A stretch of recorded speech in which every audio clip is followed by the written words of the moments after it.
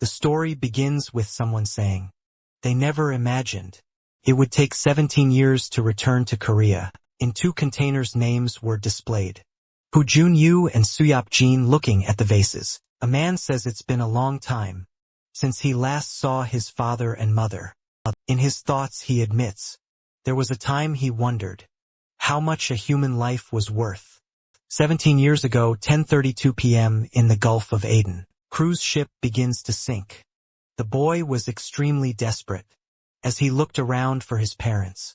The storm was growing more intense by the second. The child kept screaming, searching for his relatives. He tried to swim against the strong sea currents. At that moment, the boy notices 2 bodies floating. Getting closer, Dongwoo realizes it's his mother. Looking closer at the body, the boy notices there are various wounds scattered across it. Frozen, he's left paralyzed, unsure of what to do in that situation. Even so, the child keeps trying to wake her.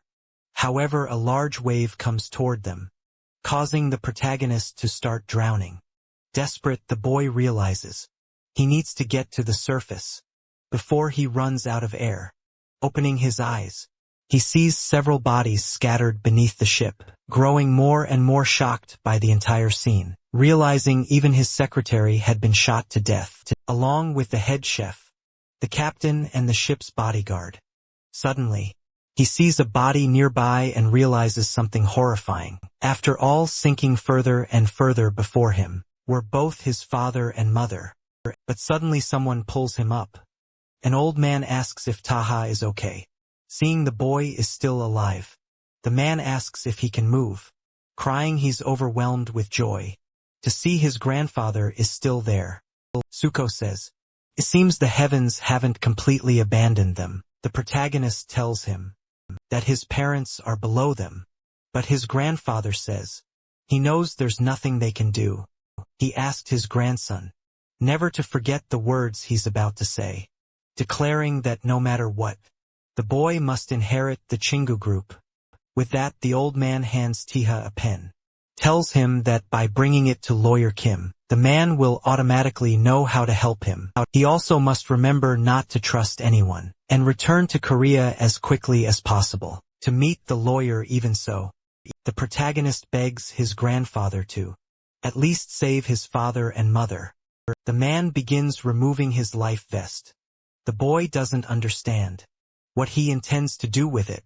Surprisingly, the old man puts the vest on the child, explaining that they had already been shot before the ship even sank. Inflating the vest, Suko tells Taha to go and survive at all costs, and so the man pushes his grandson away. Just as another giant wave approaches them, the storm caused lightning to tear through the clouds, non-stop. After some time, all the chaos turned into an agonizingly peaceful silence. The boy was still floating on the water, opening his eyes, clearly exhausted. The boy is left speechless when he notices something casting a shadow amidst the sunny sky. The source was a large cargo ship passing through the area. Someone smiles as their face is obscured by the light. Taha was very scared and confused. After being rescued, 2 guards, armed with rifles, were shocked to see the child still alive. One of them starts yelling for his boss, saying the boy is okay. Hearing a language different from his own, the protagonist realizes they're Italian. The man kept trying to communicate with his superior. Someone seems to give a call, while one of them complains about their boss being there again. The chubby one asks if the child can understand him. However, Taehan notices a tattoo standing out on the man's neck. The fact the protagonist realizes that, given the tattoo and the weapons, these people aren't ordinary. Suddenly, the group's leader jumps down from where she was. Startling him, the woman lands in front of the boy, asking how he ended up on her ship. Her subordinate warns that the child might not speak her language. Annoyed, she orders someone to bring a translator to help them communicate. I just watches them, a little nervous, not knowing how to react.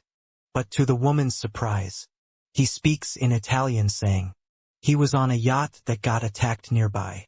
With that, she asks where this impressive child came from. He explains that he's Korean and that during a storm, his family's ship was invaded by armed men, who killed his parents and grandfather. The boss says that apparently after being shipwrecked, he ended up on the Salerno family's ship. Confused, the boy wonders what the Salerno family is. He starts laughing at the situation. As an Asian kid speaking Italian, claims to have come from the Gulf of Aden, in the Middle East, pulling out a knife. The woman says it's shameful, but she can't believe it, pointing the blade at the boy. Reginette asks if there's any reason she shouldn't just throw him back into the sea. The boy doesn't know what to say to avoid that. Nervous, he tries to think of something as fast as he can. So Tang shows the pen given to him by his grandfather, explaining that he's the grandson of Suko, president of the Qinghu Group, the son of Suyak Suko's third son and Matt. Because of that, instead of tossing him overboard, they could help him get in touch with his people and reap some benefits. Annoyed, Regiment asks if he's really talking about the Qinghu Group. She notices that this is the most successful conglomerate in South Korea, and apparently that brat is part of the family. Because of that, the leader orders her subordinates to check the news related to Korea, while both of them search for something related to what the boy said. The woman asks if the child speaks any other languages, informs them that he speaks Cantonese, English, Japanese, Arabic, Spanish, Hindi, and Esperanto, claiming to be fluent enough for basic conversations. One of the men says he found some news from Korea. Regina smiles, realizing that this is fascinating. She says that if the boy wants to contact someone from Korea, he can ask them. But the boy remembers what his grandfather had said, telling him to look for Lawyer Kim, since the man would know how to help him. The protagonist states that he needs her to contact someone outside of his family in Seoul. At 1 a.m. someone answers the phone asking who it is. The person says they're calling from abroad, notifying that they will only speak in English, asking if he's Lawyer Kim. Regina says that from the photo she sent, the lawyer must have realized she has the precious grandson in the group with her, asking if she should send him back to Korea. However, the old man questions what she means by that. She makes an offer of $10 million, saying they should meet in the Panama Canal for the exchange. However, the guy claims he's too busy to negotiate, so he makes a counter offer, offering $1 million.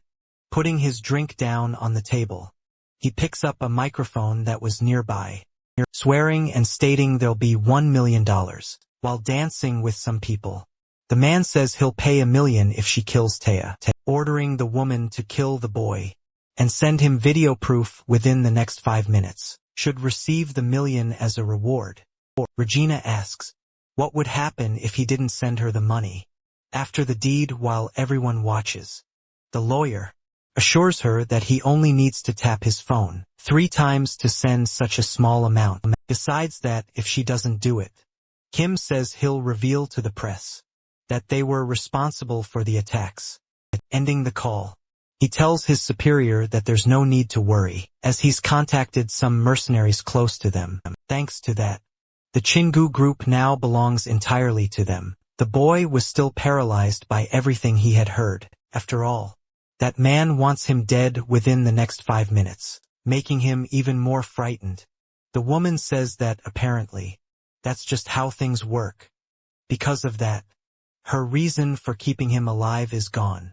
Terrified, Taya starts begging them not to kill him, but Regina claims that he's no longer a member of a wealthy family. Besides, they're probably already preparing his funeral, asking if the boy knows what that means. Claiming that this is quite common in her world. People kill others to take their assets and achievements. Horrified, he complains about why his uncles and relatives are planning to kill his entire family. Both guards talk among themselves, saying that their boss won't kill him, even though she's having fun provoking him. Trembling, he can't believe he survived the sea, only to die at the hands of people he doesn't even know.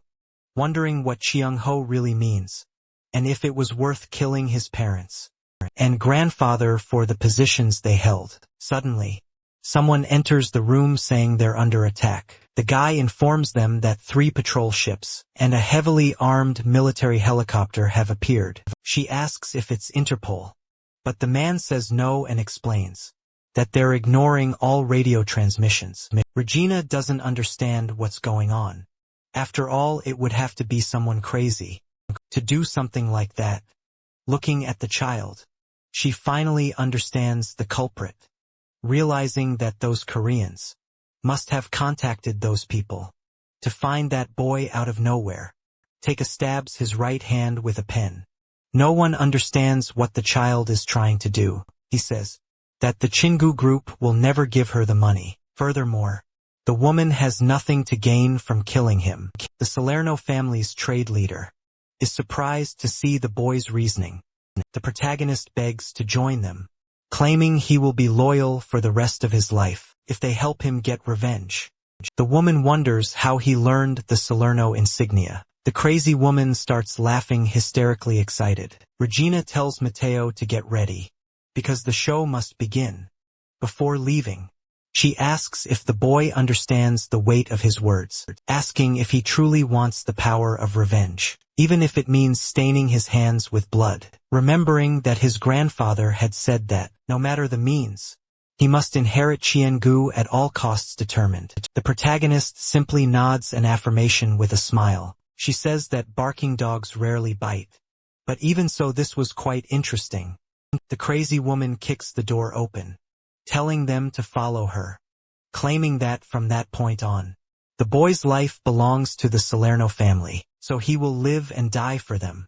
Therefore, he must watch closely because that is his future. Ada truly observes, frozen by what he sees. With that, 17 years pass and he finally returns to Korea. The boy asks his father and mother to protect him. As he takes his revenge, however, he seems surprised by something.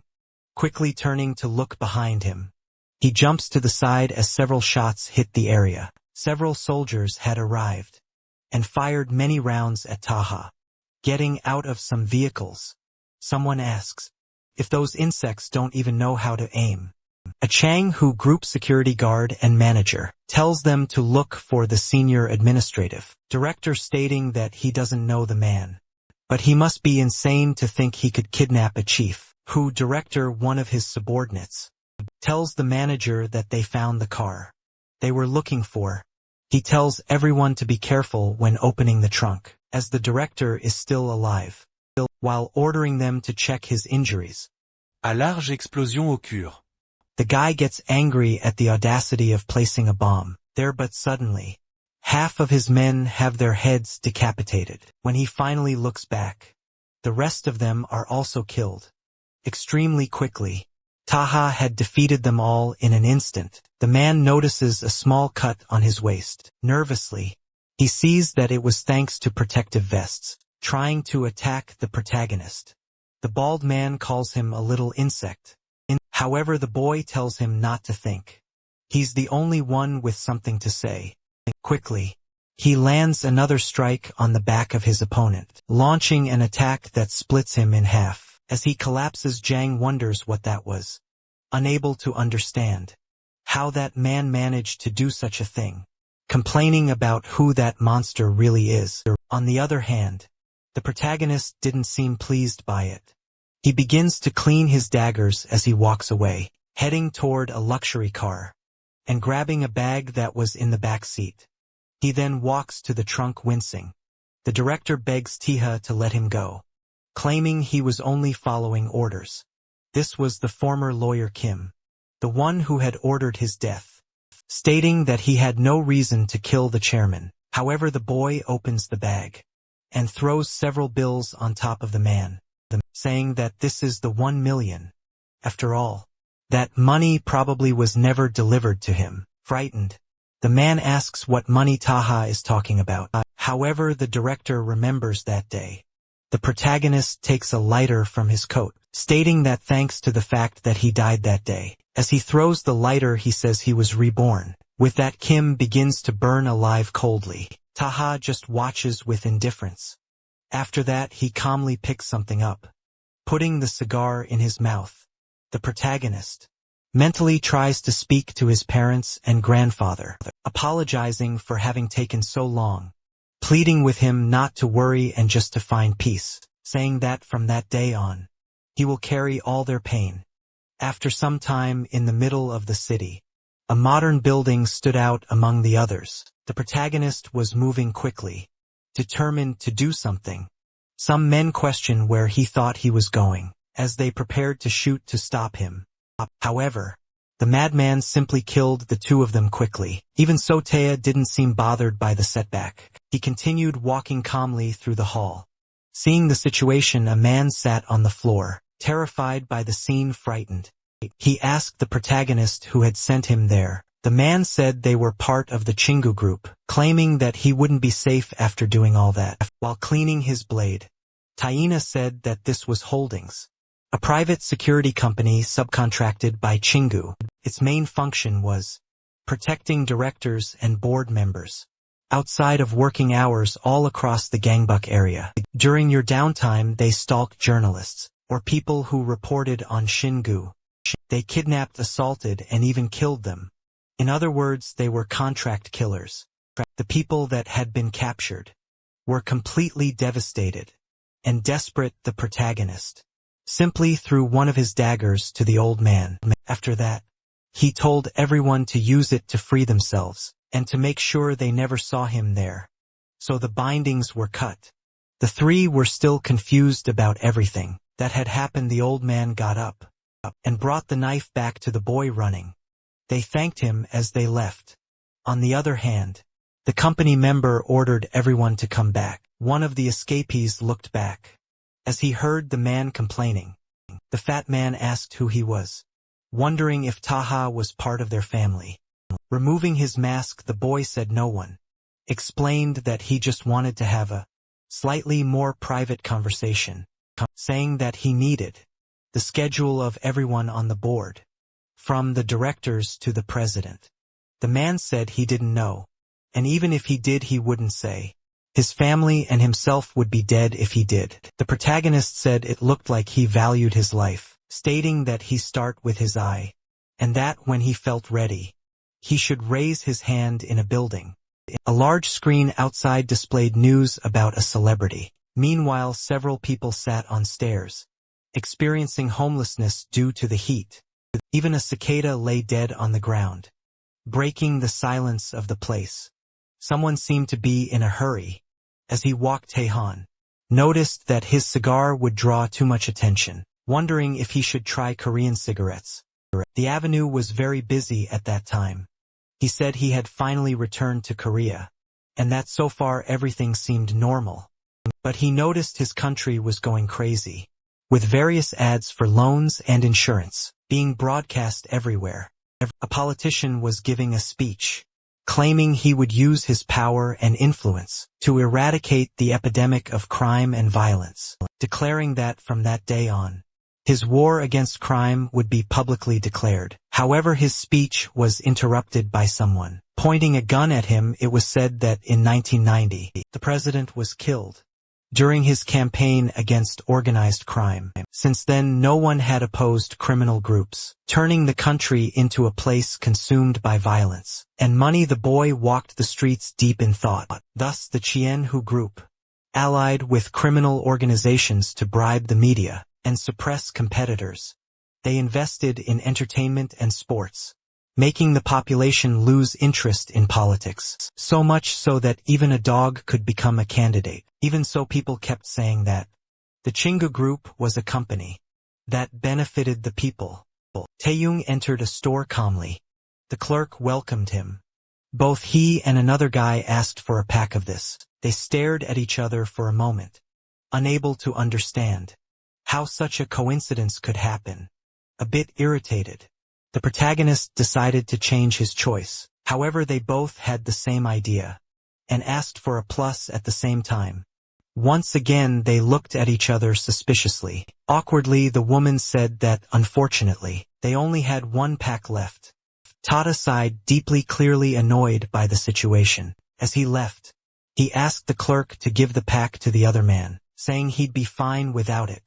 The man kept staring as the boy walked away. After the man made his purchase, he found the protagonist outside, who politely asked for a cigarette. However, he asked if the boy couldn't go to another convenience store. Teva explained that it had been a long time since he was last in Korea, so he wanted to try it quickly. The guy gave up trying to avoid him as he handed over a cigarette. He said he couldn't believe someone wanted to try that tasteless thing as they walked. The man said he'd get a fine if he smoked there, so he recommended waiting until reaching a smoking area. Observing him, I had admitted that when you've been in the mafia for about 17 years, a simple glance is enough to assess a person. Assuming that guy was strong, just as strong as the ones he faced abroad. He wondered if people like that were common in Korea. Also leaving, the protagonist declared he hoped not to meet him again, where the protagonist had committed the massacre. While smoking, he calmly observed one of the bodies. Kneeling down, the guy took a closer look at the corpses, noticing they were all fatally wounded by stab wounds, from a blade similar in length to a sashimi knife. Putting out his cigarette in the pool of blood, he picked up his phone and called his employer. His boss reminded him he had already said not to call at that hour. The man asked if he had a meeting later. He advised that the best choice would be to cancel the appointment. After all, the assassin who killed Director Kim might be after him. The man, sipping his wine, calmly asked what was going on. His subordinate explained that he had gone to the security company and found them dead from the injuries. It looked like a solo attack. Besides the assassin not being ordinary, it was very likely he knew exactly where the meeting would be held. But his boss said that an emergency family meeting was a tradition in the Chingu group, asking if his subordinate really believed someone would invade a meeting known only to family members.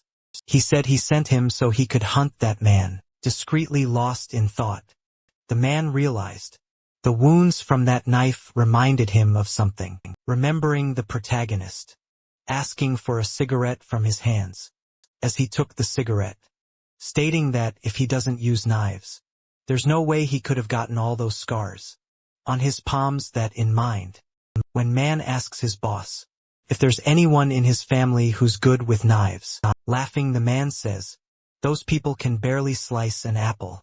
Besides, everyone is present except for the children. So he offers another 100 million for Homan to guard the place and ensure its safety leaving the office. Homan says he'll go to the meeting. Still, he asks for the security to be reinforced. Annoying, his boss just says he understands, handing his phone to another employee. A man mutters that that lunatic is just a gangster and still thinks he can give him orders.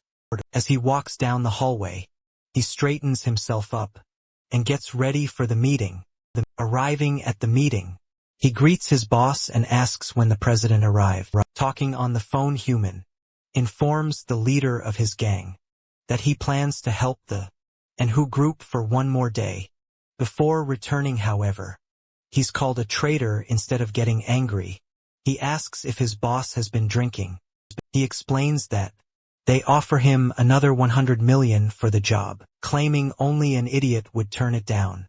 Also, there seems to be a dangerous assassin on the loose. He notices the protagonist hiding in the alley. Quickly, Wayman ends the call and says he'll explain the details later.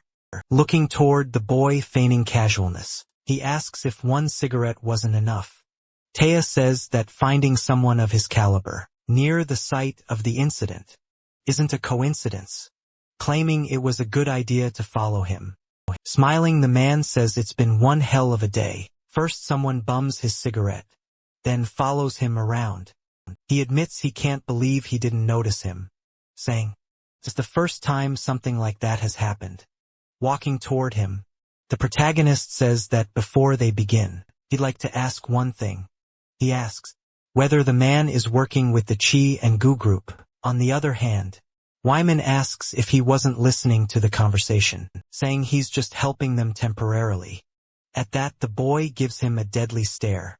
He draws the two daggers from his back, and then immediately clashes his blade against the enemy's weapon. They exchange glances, sizing up each other's skill. Thus begins a frenzied exchange of blows. However, Wyman jumps into the air, rising above the protagonist, swings his weapon to strike. To be surprised, his bat is sliced into pieces. Seeing that, the gangster wonders when that even happened. What's more, Taha had vanished in the blink of an eye. Then, his opponent grows anxious as he realizes something. The positions had flipped, and now the one in the air was the protagonist, who quickly prepares to end the battle. With a touch of fear, Human admits that she and Gu got themselves into serious trouble, this time wondering how they became targets of a monster like that. Taita falls toward his opponent. Wielding his blades, gangster doesn't know what to do. Now that he's without a weapon, the protagonist lands a blow, knocking the man to the ground, already getting ready to leave. While wiping the excess blood from his knife, he heads for the exit of the alley, leaving Human's body lying there. However, to his surprise, the man asks if the boy is joking. Even wounded, he still wasn't dead. He asks if even after all that, the protagonist is really just going to walk away, stating that he'll regret letting him live. Sheathing his dagger, Taha explains that he has his own principles, warning that if he were with the Chin-Hu group, he'd already be dead, that the man should stay out of his way. Otherwise, the next time he hears in helping his enemies, he won't be so kind. Besides, if he can't accept the fact that he was spared, he can just take it as payback for the cigarette. Still lying on the ground, Human smiles as he realizes that a simple cigarette saved his life, admitting that this time it was very cheap. A little later, car speeds down the street. Obviously, the protagonist was the one driving. For some reason, he seemed both irritated and in pain, seeing a wound around his waist. Taha says that at least the cut wasn't deep. While driving, he says that at least he can still move. He steps on the gas. He only needs 32 minutes. He says that finally, the revenge he planned for 17 years will come to fruition, with only 32 minutes to go until its completion. Once again, the boy is consumed by memories from his childhood. His mother begs him not to look, while his father uses his body to shield them both from the bullets. However, extremely scared and worried, runs toward his father. The man asks what she's doing, telling his wife to grab the boy and run. So his mother picks Taha up so they can try to get away. But then the ship starts shaking violently. Even the assassins struggle to keep their balance. His mother puts the boy outside the door. She tells her son to find a life vest and jump into the water with a smile. Hujong says he must survive. One of the men says it's annoying and reminds them, he said, to detonate the bombs only after killing everyone. Looking in his direction, the protagonist is surprised they speak Korean. The man's face was completely covered with a mask and goggles as he aimed at him and his mother. Huijun panics and tells Taha to run as fast as he can. The boy starts running frantically through the ship. Terrified, the child was overwhelmed with fear. He runs gasping while crying uncontrollably. After that earlier explosion, part of the yacht was already on fire. But then another bomb goes off. Because of this, the ship starts to sink even faster. Back to the present in the secret annex in Gangbuk, the CEO of the Chingu Group's department store asks if they really found the person who killed Director Kim. However, Jason says it was probably a crime of passion. After all, the director had 2 mistresses in secret. His sister says that's disgusting, but he replies that it's ironic, coming from someone who has several lovers. John Won asks what Director Kim's role was in the company's share quota, stating they'll need to make an announcement soon. But suddenly someone slams their hand on the table, catching everyone's attention. The man tells everyone to be quiet. Google tells his son to speak. John says 2 employees were found at the scene, but they didn't have much to say and were dismissed. Also, it was confirmed there were no other witnesses. Man says they were just subcontractors, so they don't know much in general.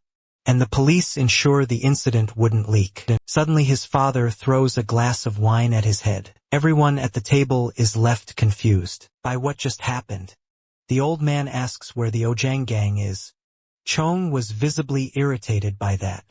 Even so, he smirks and says they don't seem to know anything, even sending Human their seventh in command. Still, the old man smashes a bottle on his son's head. He says that even after 24 hours, he hasn't found out who the killer is or where he is. Instead, he brings news about a gang. He says that if the former president in Suyak hadn't died 17 years ago, someone as incompetent as him would never have stepped foot there. Along with the wine, the man's face was now completely covered in blood. Regardless of what happened, Chum assures that he'll find him within the next 12 hours. The rest of the family sees that neither of them has changed, and it bothers them all. Juvia asks why he's so harsh with the eldest. After all, he's still his firstborn. However, her brother says it's not out of hate, stating that it's definitely out of fear. Grabbing a cloth, Shang immediately asks his subordinate for his phone. While wiping his face, he searches for something on his phone. He asks where his men are. His assistant says they're already ready. The guy says it's exciting, saying he's eager to see how big this entrance will be. On a highway at night, the protagonist was heading toward his goal. Taeyong admits he's always kept an eye on the Chingu group. 17 years ago, the day he was accepted into the Salerno family. Even before his grandfather's funeral, Gua became the new chairman, taking over all the shares and seizing the position, taking advantage of the chaos from the failed war on crime, and forming alliances with factions, like the Ocean Gang, to grow his power. Even though that was the beginning of the Qianhu era, still hold meetings with official members. During moments like this had been an old family tradition. Since the days when his grandfather was still alive, neither the system nor the traditions had changed. Everyone had killed to reach their positions within the hierarchy created by Suko, willing even to murder their own parents and him. One of the guards was monitoring the cameras, wondering whose car that was approaching. He asked his superior if the members are expecting any guests, but this is denied. He reports that there's a car heading toward the front gates also. It doesn't seem to be slowing down. Seeing that it's probably some lunatic, the head of security orders the barriers to be raised. With that some containment, stakes begin to rise from the ground. However, the protagonist accelerates even more. After all, he doesn't need tricks up his sleeve to take down people who have been protected their entire lives. Taking off his belt, Theo says there's no point in making elaborate plans. His car's front end is completely destroyed from the impact. Even so, he leaps out with his blade in hand. He states that the only thing he hopes is that they haven't forgotten about his family, so he can say it to all of their faces. The security guards look at the intruder in fear. The boy quickly takes down all of them in a single attack and declares that he's back. Confused, they ask what that loud noise was. They question why it keeps getting louder. Moreover, it seems to be coming from the front gate. Unlike the other, Sean looked confused but confident. His uncle tells the guy to go over there and check out what all the commotion is about. However surprising, John 1, he says there's no need. All the guards who were inside the hall point their weapons at the family members. The oldest of the sisters asks, "What's going on?" Guho, irritated, asks if they're seriously trying to mess around. At a time like this, however, his son calmly stands up while wiping his mouth. The old man asks if he's really going to go through with it. With a smile, Chung claims that his father always expected this to happen. Sooner or later, that was the reason. His father was always angry with him because he was afraid he'd end up like his grandfather. And with a terrifying look, the madman says that after all, the one who killed his grandfather and uncle was him. Meanwhile, the protagonist passed through the gates, saying that his revenge was finally about to begin. The guards point their weapons, asking if this is some kind of ambush. Jason asks if his nephew has gone mad. They question what the guy is doing, claiming that he should never point a weapon at his own family. However, Chung states that he's not doing anything. Still, they keep cursing him and saying it's clear what he's trying to do. looking at one of the guards. Julie asks if he's really going to betray them. For that kid, even though he was her personal bodyguard. Youngman apologizes, making it clear he's abandoning her. Even the second son's bodyguard says, "It's nothing personal. But the rewards for betrayal just too tempting." On the other hand, one of them says that, if they had at least gotten a raise, none of this would be happening. The only person who remains silent is Chong's own bodyguard. The guy's father says he can understand the others betraying them, but he doesn't understand why his own son would do this. He asks if his own guard will really turn his back on them guns, who simply watches without moving or saying a word. The man says he isn't paid to protect him personally, but rather the Chien Gu group. John 1 asks if the guards really think they'll gain anything. By doing this, he tries to keep threatening them. But a gun is placed against his head. His own bodyguard kills him in cold blood. With that, the two remaining brothers become desperate and beg for mercy. However, gunshots echo through the hall. As blood spreads everywhere, John hands the cloth to his subordinate, walking calmly toward his father. The old man admits he already expected something like this to happen someday. Ever since the day his other son died of acute leukemia, and shortly after that his wife asked for a divorce, without wanting a single cent. Trembling with rage, he says he always suspected Sean was behind everything, and because of that always kept his distance. Spinning the gun, the guy says that, for someone who ordered the deaths of his own father and brother, Guvo talks too much. Putting the gun to his head, the man asked the old man who it was that sent his father and brother out to sea. He asks what else he could have done if he hadn't killed everyone. Suyak's son would have inherited the presidency, and they would have never made it this far.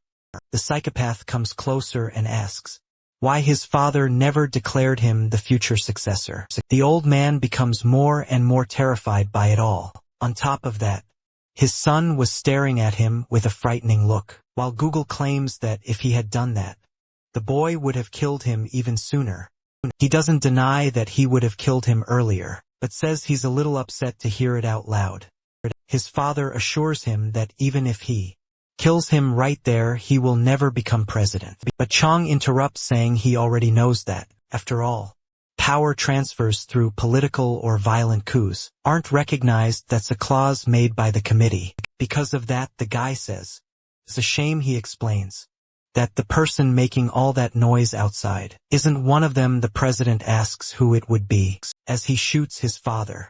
He explains that it's a young master who waited 17 long years for this day. The guards were firing at the intruder. They tried to surround him. Since the assassin didn't have a firearm, the protagonist remembers that the Central Security Force is made up of those who protect the executive members, so they hold high-ranking positions.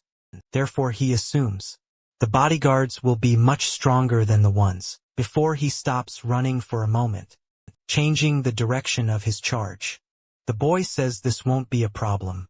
He starts moving toward the enemies in a zigzag pattern to dodge the bullets, using one of the guards' bodies as a shield. Desperately, the man begs them not to shoot since he'll get hit, but the guards don't care and open fire, leaving one of the security men terrified. His weapon is cut in half. In an instant, Taha is able to defeat them all quickly. The leader orders his men to evacuate the president as fast as possible. However, the protagonist throws his dagger at the guy still. One guard manages to intercept the blade. A man with glasses asks why they're making all that noise, questioning if they can't do this quietly. 3 department heads show up to try to stop him, but that little group is simply ignored as the protagonist kills the others. One of them says he can stop him alone and tells his comrades to stand back. However, even though he's extremely strong, Taha is struggling with the wound he received earlier. With each passing minute, the wound seems to be getting worse. Snapping back to reality, he realizes his opponent's fist is already dangerously close to his face, so his only option is to block the attack. As he's thrown backward, he manages to regain some balance, but unexpectedly a shadow looms above him. The man asks how he dares attack that place and worse, gets distracted while invading his territory. However, the protagonist agrees and says, "There's no time to be distracted by wounds," launching a strike straight at the man's chest, startling his companions as they witness the sudden defeat. Quickly Taya throws his remaining dagger at the two who are left. Neither of them looked as confident as before. Surprisingly, the intruder had already landed a hit on the man, who had defended against his ranged attacks. Shiloh can barely keep up with him with his eyes. Grabbing one of the knives he had thrown earlier, the protagonist slices off the head of the last department head. Thanks to that, he had defeated all the outside guards. As he walks for the entrance, he spots his second dagger, picking it up calmly as if no one else were there, wiping off the excess blood. He admits it took longer than expected. Even so, the place is eerily quiet. He wonders whether they escaped through a secret passage he didn't know about without knowing what awaits him. The boy begins to walk through the house, finally arriving at the room where everyone was dead, and only Chong remains seated amidst the blood. He welcomes him. He also congratulates him for making it that far, asking if he wants to sit down to catch his breath and rest a little. Seeing all that, even a protagonist doesn't quite understand what's going on, observing Jason's body with a bullet wound in the middle of his forehead. The same goes for his aunt, Ju Hui. Even John Won had met the same fate. The current president was also dead. Standing up, his cousin says he's in better shape than he expected, claiming that modern assassins should take better care of themselves. Formally greeting him, Chung asks if he recognizes him. On the other hand, the protagonist simply says the man's name and mentions that he's Guho's eldest son. Laughing, the madman says he doesn't remember them being so close, that he called his father by his first name.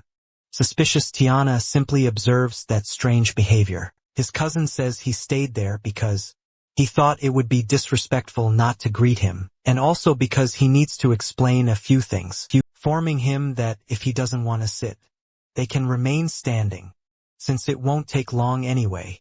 Sean asks if the boy remembers that day 17 years ago, the day he was rescued by the Italian mafia. Interrupting him, his bodyguard says that the helicopter is ready, saying they should leave soon, as it's too dangerous to stay. Annoyed, the guy says he had asked her to only call him once he was done talking. However, Tahat is suddenly surprised by something, clearly showing he wasn't expecting that at all, saying he recognizes that voice. The voice of the one who killed his family 17 years ago, remembering the man who pointed a rifle at him and his mother, the person who complained about the early explosions, while laughing beneath the mask. Extremely angry, Taha asks if he was that worm. The madman begins trying to hold back his laughter, and there's not much left to say, telling the protagonist to stop talking to him so casually after all. Is making him feel like killing him. Charging forward, he dares the guy to try, since his goal from the beginning was to wipe out the whole family. But his cousin starts saying, there's a saying that goes when in Korea, act like a Korean, telling him to change his speech. Annoyed, Taiga starts trying to understand what exactly is going on, realizing that Chong knows he survived 17 years ago, and also knows about him being a Salerno assassin. He wonders why he waited until his return, minus 17 years after the event, to make his move. Try and get the boy's attention. The guy asks him to really listen, saying he's about to begin. Only then does Tyler realize that the madman doesn't want to pull off a coup. He wants to blame him for the attack, claiming he led it, so that he can successfully take the presidency. Johnny Oak tells the young master that they don't need introductions. The protagonist simply raises his dagger. The bodyguard starts shooting at the boy. However, the assassin manages to deflect all of them, using his blade to redirect the path of the projectiles, quickly closing the distance between them. However, another guard lands a harsh blow on the boy, even though he knew there would be more. He couldn't predict the strike. Unlike the other, the man introduces himself as Juno Park, avoiding being cornered. The young master swiftly moves back, stopping in front of his opponents. Wasting no time, Yunia begins shooting at him again, admitting that he's faster than the rumors claimed. He could dominate track and field if he went pro. His partner blocks the protagonist's escape. Even he gets a little nervous about the situation. Juno asks if flexibility is the young master's secret to success, quickly launching a frantic series of attacks. Tae realizes they are strong, completely different from the ones he fought outside. However, if it weren't for that injury, he might even be able to fight them without issue. Noticing that Sean seems to have let his guard down, and that this might be the only chance before guard, Jumpsu arrives besides. If the woman beside him is Diane. There are 3 guards in the room, yet there were 4 members at the meeting. Unexpectedly, his thoughts are interrupted, as Juno prepares to attack him. Thanks to the reflection in his opponent's pupil, Taha identifies the 4th guard. Yaman was holding a sword, preparing to strike him from behind. To the surprise of them both, he vanishes between the two. They can't understand how that's even possible. Kneeling on the ground, the protagonist realizes this must be the last one. The guy complains about being reflected, blaming Juno. But his companion says that if it were that easy, the boy would already be dead. Reloading his weapons, Journiak says he can barely imagine the bonus they'll get if they kill that guy. So both he and the guard with glasses use their weapons to shoot at the assassin. Seeing that situation, Chung says out loud that it's hard to follow a fight that involves both range and close combat, noting that they were trained specifically to defeat him, since rumors of his inhuman speed circulated through Interpol. Admitting he even thought about killing him with a bomb, of the story of him dying in a battle would bring him greater fame. Juno positions himself in front of the boy, intending to stop him from escaping. Johnny Oak says it doesn't matter how fast he is. It's all over now that Taha has been cornered. With that, the guard uses his brass knuckles to try to land a blow. The protagonist didn't have much to do, only watching the attack coming at him. His cousin thanks him for the show, while smiling malevolently. After being struck by the enemy's fist, he slammed against the wall, causing it to crack entirely. Flashing back to 4 years ago, Regina was scolding him and asking what the hell that was sank. She told him to take care of the traitor, not use him as paint for the walls. Even she started vomiting upon seeing the scene. Still yelling, the woman says that with his speed, he could have done it silently. Recalling the day they saved him, she says she understands his anger, since Lorenzo always treated him well. But killing someone like that will only spark a thirst for revenge. That's why, as his mentor and spokesperson for the Salerno family, Regina asks him never to do something like that again. However, the protagonist didn't seem happy or remorseful. Still, he says that this way people will never forget. Confused, she asks what Taha is talking about. He explains that if they kill traitors silently, their deaths won't serve as examples, saying that everyone needs to know what awaits them if they betray the family. Rumors must spread in exaggerated and distorted ways, thus gradually reducing the number of traitors, because otherwise it'll always be an endless battle. The woman asks if he chose the path of violent deaths to prevent greater bloodshed. Aside from where he was standing, everything around him was stained with blood. She says, it's absurd for such a thing to come from a boy, standing in the middle of a river of blood, without a single drop on his face. Interrupting her own thoughts, Regina says that apparently, being an assassin really doesn't suit him. Back to the present moment, Juno freezes, as a glint appears in the middle of his chest. The guy starts coughing up blood, while that glint keeps shining. Even Sean and his bodyguard are surprised by it. The protagonist had slashed the guy brutally. With a threatening look, he faces his other opponents. Frightened young man quickly points his weapon. However, in an instant, his eye is pierced after being struck. The man admits to himself that they underestimated this guy. Besides his speed, he's strong. Moreover, those who truly saw his skills never lived to tell what they were like. Even while showing all that ability to keep fighting, Taeho was even more injured, and his wounds were getting worse. Jumiak was desperate. No one told him his strength was this immense. However, Jun-soo appears and calls out to the woman, asking her to take the master outside, claiming he'll follow soon. Seeing that the boy is surprised, noticing that his cousin is trying to escape, he shouts the guy's name, slashing both of Jumia's weapons, and rushing toward the elevator. Sean leans his head out to see what's happening. With uncontrollable rage, Taeyong demands to know where he thinks he's going, when their standoff isn't over yet. However, blocking the entrance stood Jun-soo, who greets the young master. Taeyong is surprised to see that the president's bodyguard had arrived still. The boy leaps forward demanding he get out of his way, but surprisingly, the man stops both blades with a single hand, preparing to punch him. The older man notes that the boy has grown a lot, admitting he's impressed with that. The man lands several blows, all over the protagonist's body. Almost all of Taeyong's ribs end up fractured. Consequently, Taeyong begins to spit blood from all the damage, crushing the blades with his hand. Jun-soo declares that, unfortunately, this will be his end, landing a punch in the same spot. He sends the assassin's body flying. However, the old man is surprised to see that his clothes have been torn. Looking at his subordinate, he orders Jong-hyuk to get up, saying he knows he's fine. Nervously, he admits he thought it was over for him. The old man warns that the building will explode soon, telling him to grab his partner and leave. Lying on the ground was the protagonist, who appeared to be dead, reaching the rooftop. The president's bodyguard walks toward the helicopter. Chung asks if he completed the job. The man confirms and says he'll blow up the building as soon as they take off. Jun-soo says he'll handle the preparations for takeoff, but the man tells him to just keep the door open and get them in the air, putting on his headset.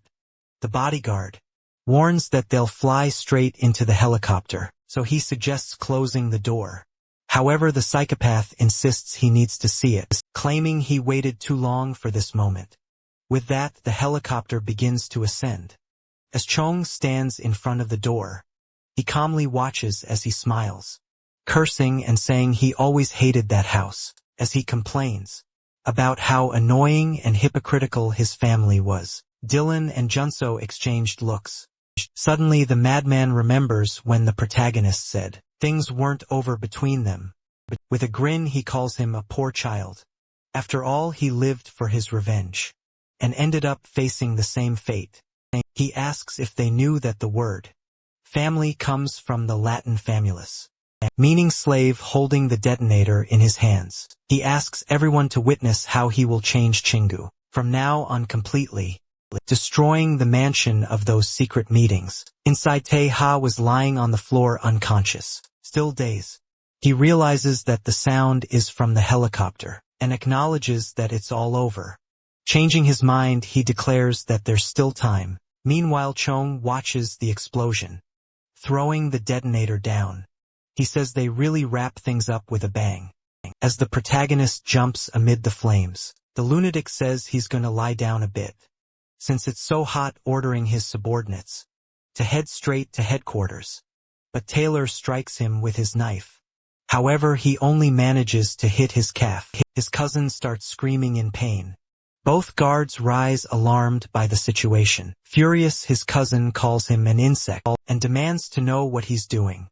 The protagonist asks if he really thought he could escape after destroying so many families, because he's hanging from the knife. His weight causes it to tear Chong's leg even more. As the blood gushes, Tanya says he will kill him no matter what. Dion grabs her weapon and asks her master to step back. However, the lunatic takes the pistol and says he'll do it himself, pointing the gun at his cousin. Jung asks if he really thinks he's the hero of the story, insisting that he is the main character. He calls him a thug and tells the boy to die. As he falls, Taeyong manages to avoid the fatal shots, though he is hit elsewhere. As a result, he goes into free fall. Immediately after they close the helicopter door, his bodyguard calls the hospital, reporting that they have an emergency. The protagonist was falling from an absurd height. Luckily, he crashes into a tree, slowing his descent even so. He hits his back against the wall of a house, and he lands on a truck rolling down near a stream. Someone passing by on a bicycle ends up seeing the scene. The person stops and looks toward him. It was one of the victims Tiha had rescued from the security company earlier. The guy notices that it was the man who had saved him. Given the state of his body, he wonders if he arrived too late. But then he hears a plea for help. Looking again in Tia's direction, he tries to look more carefully.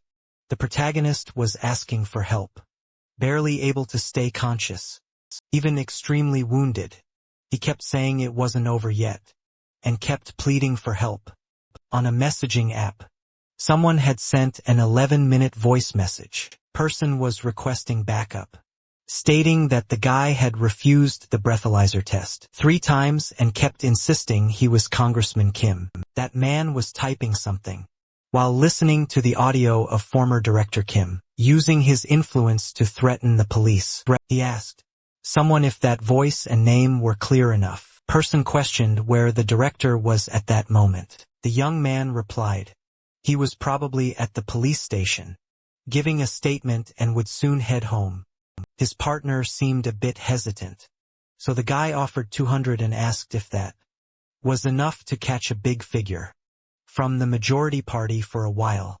The only notification was that the other person was typing, but to his surprise the counter-offer was 30. Naturally, he was extremely frustrated, claiming that it was worth way more.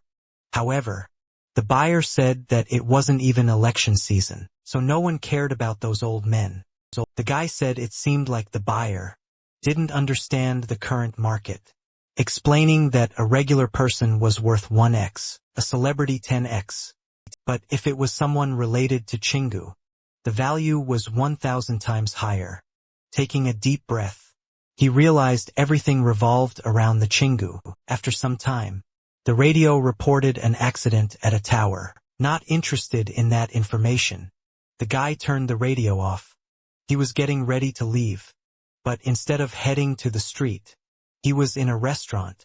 The owner was already getting things ready to open. The woman warned the boy that he'd be late. If he stayed there, the boy said he was fine and would make it on time if he went by skateboard, so she told him to eat something. However, if he did, he really would be late suddenly. Someone appeared and said that this chef should stop playing games. Guy entered saying the owner should sell the place. Before they stopped being polite, Baksu asked the boy if he agreed with him. The lady questioned if they were already there in the morning to collect money, claiming that delinquents really knew how to stay busy. She told the boy not to worry and to head to school, saying nothing would change anyway. Even though he was irritated, there was nothing he could do. Grabbing a knife, the thug said she shouldn't say those things so quickly, claiming she was already 2 months late. The guy told the woman to sell the building and gather as much as she could, stating that their interests aligned. She said she'd never sell that place for crumbs, telling him to at least learn basic arithmetic before coming back. Meanwhile, the kid was at his station waiting for his transport. Exhausted from it all, he just sighed. Unsure of what to do, he admitted that in his district, the fights over redevelopment were out of control, with disputes between groups like Xingu and Ojang. It was a very neglected area, turning into a lawless land, where small gangs tried to exploit the people living there. People like him and that lady had nowhere else to go. Upon returning, the restaurant owner had several bruises on her face. Still, she just asked him to clean the tables. Worried, he asked her what happened to her face. A customer said he saw some Yabari men leaving earlier. Visibly upset, the man said they were probably trying to pressure people into selling their buildings for redevelopment. She told him not to worry and asked the kid to put his backpack in the back of the shop. The boy did as she asked, but angrily threw everything aside. Frustrated, the boy muttered that he really needed to do something. He remembered that before his father passed away, Dr. Yang Suk was a close friend of his. She had once been a professor at a medical school, but crossed paths with the Ocean Gang. Still, she took care of him. None of it was her fault, just like with the restaurant, even if her food was good, and the dishes always well made. Interrupting his thoughts, an idea came to his mind. He recalled what that guy told him on the phone. After all, someone from the Chingu group was worth 1,000 times the normal value. So the boy messaged him again. The guy asked if he had any news. Even though he was nervous, the boy told him everything he knew, sending some images that proved his story, claiming that one of the security guards of Chinese director's Ju-hack was hooking up with Mio, the leader of ladies. Still very afraid, he waited for the buyer's response. Not quite understanding, the guy asked what the boy wanted with that info, but quickly remembered the values mentioned earlier. The next day was a sunny Saturday. Some men in suits approached and asked if he was gray. He confirmed, but as he looked back, he immediately realized he shouldn't have done that. The guy punched him in the stomach, knocking him out and taking him to a van. As he was being taken, Gray finally understood why they paid so much. After all, it was just bait. The boy was tied up and sitting inside the security company's office. The leader said that at first, he thought he was just an annoying informant, but in reality the kid was very good. He asked where he got those images, wondering if his father had hidden them before dying. The guy asked if the brat was Jingu's son, one of the people who reported Shingu. Seeing that, Gray gave a slight smile. Taking off his watch, the guy asked if he thought it was funny. Then he punched the boy in the face, asking if that was funny too. Still hitting him, the man asked if he had more files like that one, hurting the boy more and more, throwing him to the ground and cursing him non-stop. Even so, Gray couldn't hold back his laughter and kept laughing. Still laughing, he said, "The old man looked like a piece of trash. He uses as a toilet," claiming that if he had more, he would have already sold them. The fat guy ordered his men to bring the hammer man. Threatens to rip out all of the boy's teeth until he understands that this isn't a game. But luckily for him, one of the guards calls the old man. His subordinate reports that a central dispatch order just came, in stating that they need to provide security for an emergency meeting standing up. And he says that if it's really a level 1 priority, that means they should go right now. So he orders them to tape the boy's mouth and lock him in the room, kicking him inside. The fat man says he'll be back to finish this later. Inside there was already an elderly man, along with a woman still on the floor. He says his father was a fool, driven by his ridiculous sense of justice. He didn't even try to expose Chingu. He just died in a car accident with his mother, and instead he should have just gone into hiding, to live a peaceful life working for them. No matter how significant the information his father had, as long as he remained defenseless, it would all be in vain. However, they begin to hear the guards asking who that person was. Gunfire and screams suddenly mix together. Even the leader panics, shouting for his men to kill the intruder. Everyone starts to panic, not knowing what's happening. Suddenly the large door in front of them bursts open. The protagonist hands them a knife and tells them to use it to free themselves and get out of there. Then he assures them that none of the three ever saw him there. They don't fully understand what just happened, and they start to leave, thanking him for the help. That's when the boy looked around and behind him, one last time staring at the bodies. Gray wonders if that man did all of this by himself. Sometime later he finally returns home. Young Suk asks what happened to his face, and where he had been all that time. She gets more and more upset, demanding he explain, but Gray says nothing happened. With a smile, girl tells her not to worry. The boy heads to his room. The woman watches him, clearly concerned. As soon as he enters his room, he collapses onto the floor. Still shaken, the boy wonders if it was the Ocean Gang that sent that man there. After all, they had guns. But even so, he killed them with just 2 knives, as if it didn't matter. While opening his drawer to search for something, the boy keeps wondering if that guy was sent by someone. Closing it, he figures there might be something more behind all of this. suspecting it might be a revenge plot. He remembers the moment.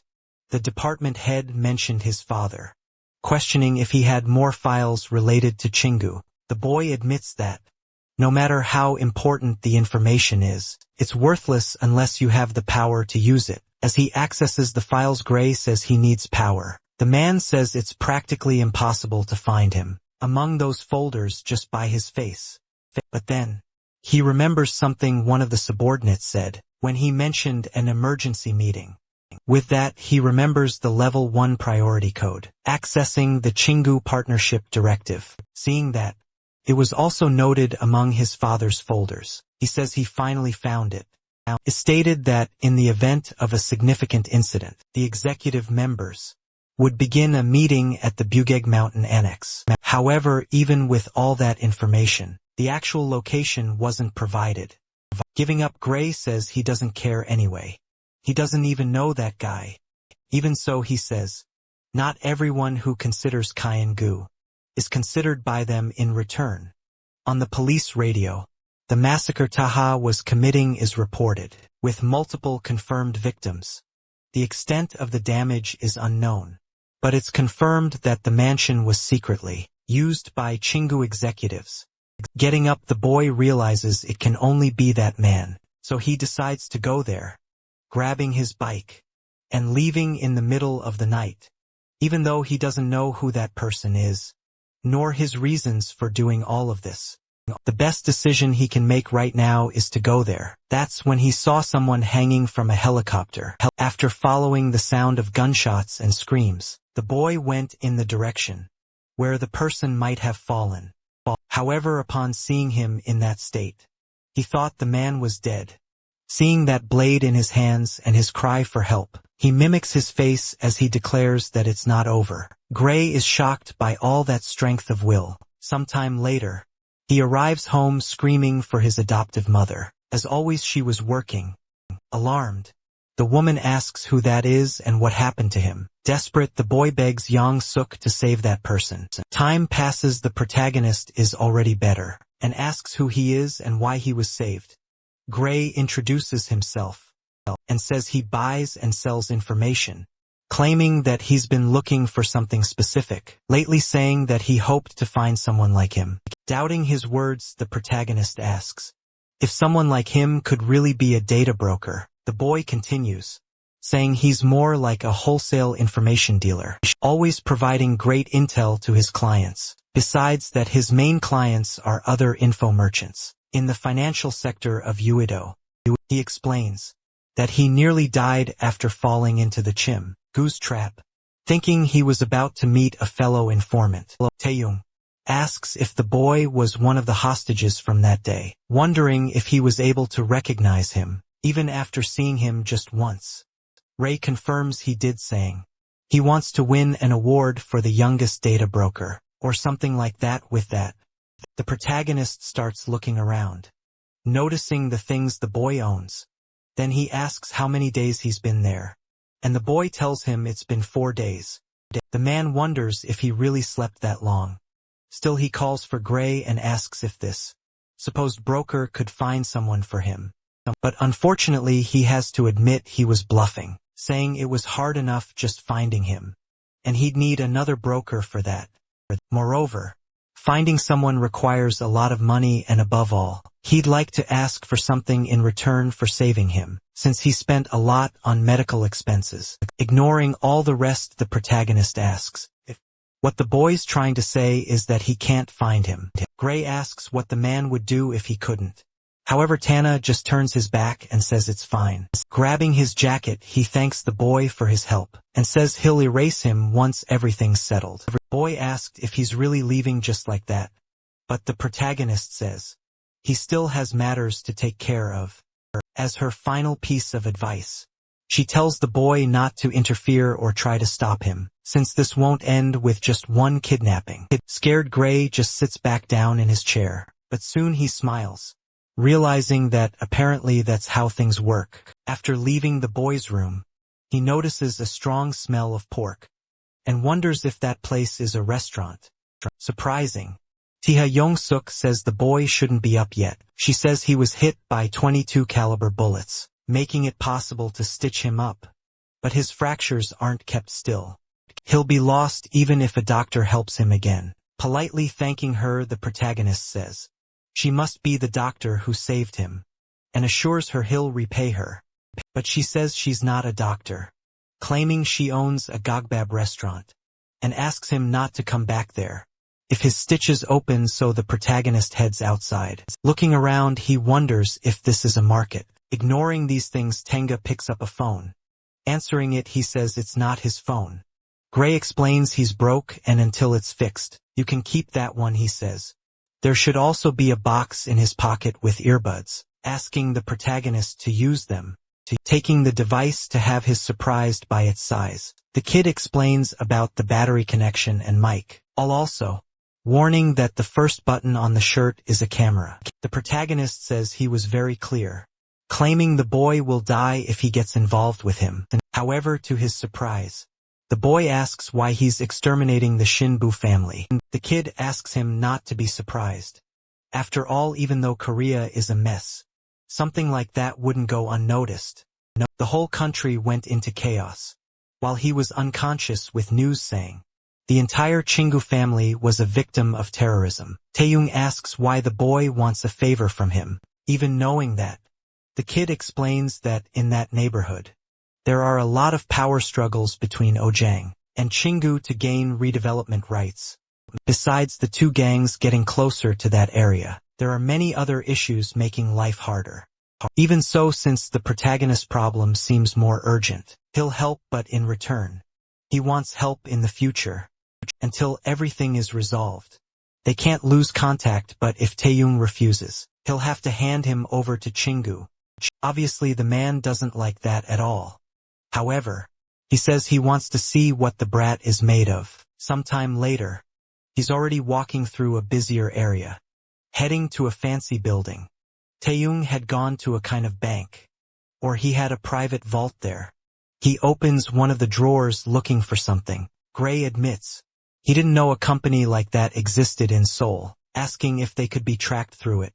But the protagonist explains that these companies work based on trust, so they would never consider making deals with other businesses. He says people usually go there to hide jewelry or sins, making it the safest place possible. Seeing this, the boy realizes that this guy is apparently prepared to go undercover. He gets thoughtful watching his actions, since the assassin didn't have any firearms, and a knife wouldn't be enough. Many drops of sweat start to fall to the floor. His body was getting heavier, making it hard to keep a neutral face, and also feeling like he was being stabbed. Feeling the same as when Regina used to beat him, the protagonist asks if the boy found the guy he asked him to look for. He asks if the CEO of the company, Night Move Piljun, is the broker who helped him enter Korea. Apparently he worked in Europe, became famous in the field, and is now looking for a smuggling ship to go to China. Greg explains that border pressure increased after the man did what he did to the Chungju family. Protagonist tells the boy to announce to the merchants that a ship is available, with rates 10 times higher than normal. His companion asks what he'll do when he finds that guy, wondering if Taeil wants to leave with him. Putting his knives back in their sheaths, he says he's going to kill him. The reason he almost died that day was because someone leaked his information. The only one who knew where he was Piljon coldly. The protagonist says that traitors must die. Later in a church, he admits he doesn't care. It's a longtime friend or not. A hooded figure enters the chapel. Approaching the confessional, the man calls for the priest and asks if they could talk, using a specific phrase. Each brings water to their own mill. Piljong complains about how stuffy that place is, questioning why they're meeting in a sacred location. He says it might not seem like it, but even so, he's a devout Catholic. However, the so-called priest only asks where the money is. The informant reaches into his bag for the money, showing the 100 million won. The man says it would have been more profitable to exchange that for $10,000, changing the subject. Piljin says he needs to know something. After all, the country is full of frauds like him, so we can't trust the priest. Gray warns that there are many men outside. Suddenly several people enter holding melee weapons. The man says, "It's very strange that someone managed to get a ship that not even he, a person who works with information, could find," claiming that the rule in that line of work is clear. If someone lies, they must pay with their life, admitting that the protagonist must be ready to face the consequences of his actions, but leaving the man startled. Theo says he could hardly believe that. He wouldn't recognize his own friend's voice. Tiljin can't believe what he's hearing, saying they had assured him they had killed him. The man quickly realizes there's no point in talking. Even so, he claims he was a fool and should have suspected something. As soon as he noticed, the password was an Italian expression, trying to explain himself. His friend says he lost everything because of gambling, ended up in Korea, and racked up massive debts in Chingu's casinos. As he reaches for his weapon, Tiljong tries to convince him that he wouldn't have said anything if he'd known they would try to kill him. But before he can finish his sentence, Tiha bursts through the confessional wall and drives a blade through his throat. He panics, trying to stop the bleeding in his neck. Men outside ask what's going on. Through the camera on the protagonist's shirt button, it was possible to see the man's body and all the blood that had spread. Obviously, Gray is terrified, despite all his injuries, enough to make most people barely able to walk. Taeho was still going to fight. Leaving the booth, the protagonist says that Piljun surely ordered them not to bring firearms to avoid conflicts. The psychopath tells everyone to pray before they begin, asking them to inform God that they'll soon be with him, stating that it doesn't matter whether they're hired hands or subordinates of his friend. Gray didn't know what to do, seeing all that the protagonist says, that just the fact they're armed with bats and knives is enough for him to consider them a threat to his life in that case. There's no reason for him to hold back. They ask what that guy can even do with a broken arm. One of them charges to strike, saying that apparently there's money in the confessional. The protagonist simply prepares to take them down. The boy admits that the assassin's broken arm isn't the only issue, as he has fractured ribs and gunshot wounds. However, he moves smoothly as he dodges the attack, and with a single motion, he pierces the back of his opponent's neck. Already shifting to attack the next one again, he dodges the blow while slashing the man's throat. Quickly, he throws a dagger into another man's neck. One of them runs in to try and stab him. However, John Wick uses the sling to immobilize the enemy. In a flash, he lands an elbow strike with his other arm. With that, Tiha had defeated everyone who came at him. In an instant, he explains that when someone gains the upper hand, in the beginning, it's hard for the opponents to keep their composure. Considering all that money waving in front of their eyes, it was obvious adrenaline would take over. Even so, among them, there was still someone else. Someone had something they shouldn't. But some of those guys charge at him. The protagonist takes a simple step forward, and in doing so disappears before everyone's eyes. Using his speed, he rushes past the men. Obviously, his target was to eliminate the one most capable of hurting him. The two who had stepped up to attack him are completely confused. Yu and Gray can't understand what just happened. With that, the weapon drops to the ground. After his rush, he calmly starts turning to the others, asking who's next despite all that chaos outside. The church didn't seem affected. In the parking lot, only one car was parked at that hour. Gray was inside, unable to believe what he had just seen, supposing that man doesn't even seem human, since even with a battered body, he still did all that suddenly. Tiha calls out to the boy and asks if he can hear him. The protagonist asked the kid to go to the confessional and retrieve a bag of money, since he no longer has the strength for it. The brat asks, frightened, what he's talking about, but the man says he knows he's in the area. And after all, he warned him about the men before they even showed up. Gray doesn't know what to say in that situation. Even a bit nervous, he simply accepts the mission. So the boy gets out of the vehicle and heads toward the church. With that, the boy walks up to the door He opens the doors in front of him. The church was completely stained with blood and bodies. Sitting on one of the pews was the protagonist. He says he's up there even more nervous. Gray begins to walk, arriving at the booth. He notices the body of the protagonist's former friend. He feels a bit sick after all. There were bodies scattered all over the place. The boy says he called a cab, saying it should arrive in the next 10 minutes. However, looking at his companion, the boy realizes Taha is in really bad shape. He asks what's wrong with him, saying he'll call Yang Suk and ask her to prepare some medicine for them. But the madman stabs his phone. At that moment, Gray is frozen in fear, taking off a glove.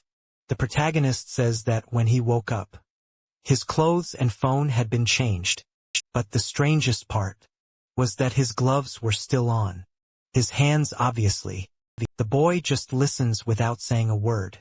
On Tanya's hand, the mark of the Salerno family was drawn. Looking at the boy, the man claims he knows who he's dealing with. Ray just nods his head, saying his name, his father's name, and the fact that he's the grandson of the late president of the Qinghu Group, is the only Asian member of the Italian Salerno Mafia, around 20 to 30 years old, with a bounty of 5.5 billion on his head. The boy insists he wasn't plotting against anyone, saying not even the lady knows, claiming he just needs his help. Kaya asks if that amount is worth more than the risk of losing his life, or earning the reward for his head. Gray tries to say that the reason he and his adoptive mother live in hiding is because of the Chingu, but the protagonist cuts him off, assuring him that the smartest choice would have been to turn him over to Chi and Gu instead of going through all of this. Recalling the conversation they had earlier, when the kid said he wanted to win a prize by becoming the youngest broker, noticing that the reason his career was stagnant, despite being capable of more, and even getting involved in the field, something nobody in the business does, is due to his lack of experience. That's why top informants are usually older. With that, he asks if Gray wants to step into a much bigger arena. A little later, in a large modern building, two people were walking down the hallway, while one of them told the other to only answer what was asked directly. Women gets upset and assures he would never say anything that could put Ojang at a disadvantage. His companion says people from the gang aren't exactly known for being well-spoken. Even irritated, the guy can't deny it. The two enter, as the man apologizes for making that person wait. Back at the chapel, Taeyong praises the boy's work, stating he'll fulfill a favor, but also wants them to work together afterward. He says Gray will be risking his life and won't have an easy death. If he's caught, however, he could become the best if they work together. The protagonist says that's a promise. After all, he will crush Chi and Gu once and for all. The leader of Ojang admits he didn't expect them to call so soon. After all, they understand that Sean must be busy with the funeral of his relatives. They affirm they wouldn't have gone anywhere before getting in touch, but the man raises his hand, signaling them to stay quiet. Both are afraid of what might happen. The strange man makes a little hand gesture, asking for silence. With that, he begins to nod his head affirmatively. A kind of speaker starts playing music. He raises his clenched fist, making a sort of resistance pose. The two members of the Ojan gang don't understand what it means. Still, someone starts clapping. The guy accompanying Human says, "It's a shame they arrived just as the performance was ending." Shang asks if he knows that piece. The man says its exact name, but notes the composition seemed disjointed, assuming maybe it was due to his performance. That clearly doesn't please the lunatic. He orders his bodyguard to turn it off, while Diane uncovers her ears. The man says that was a 6th grade piano competition, assuming he never practiced again.